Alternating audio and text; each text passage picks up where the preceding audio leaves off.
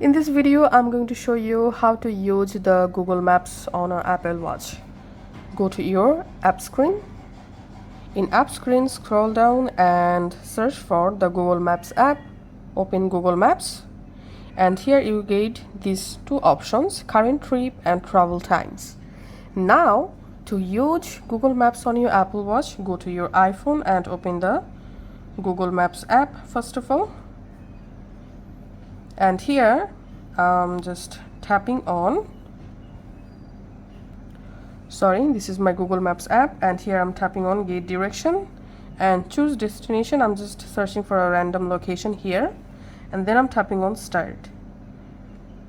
Now let's go to our Apple Watch, and here we can see the current trip add date. Now I'm just tapping on the trip, and here we can see Google Map showing the navigation for the specific location. So this is the only way to use the Google Map app on your Apple Watch using the Maps app.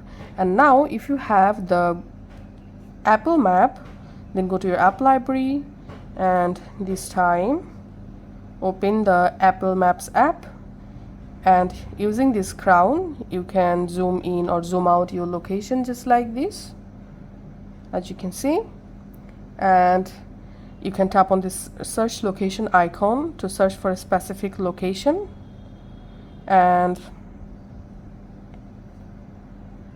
here you can also enable compass, as you can see. And now here's another way to use Google Maps without the Maps app.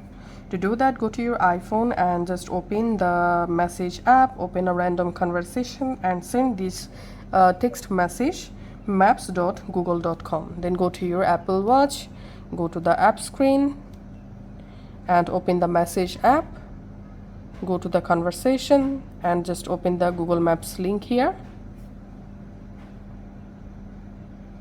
And here you can also use Google Maps just like your phone. Here we can see. So that's how you can actually do it.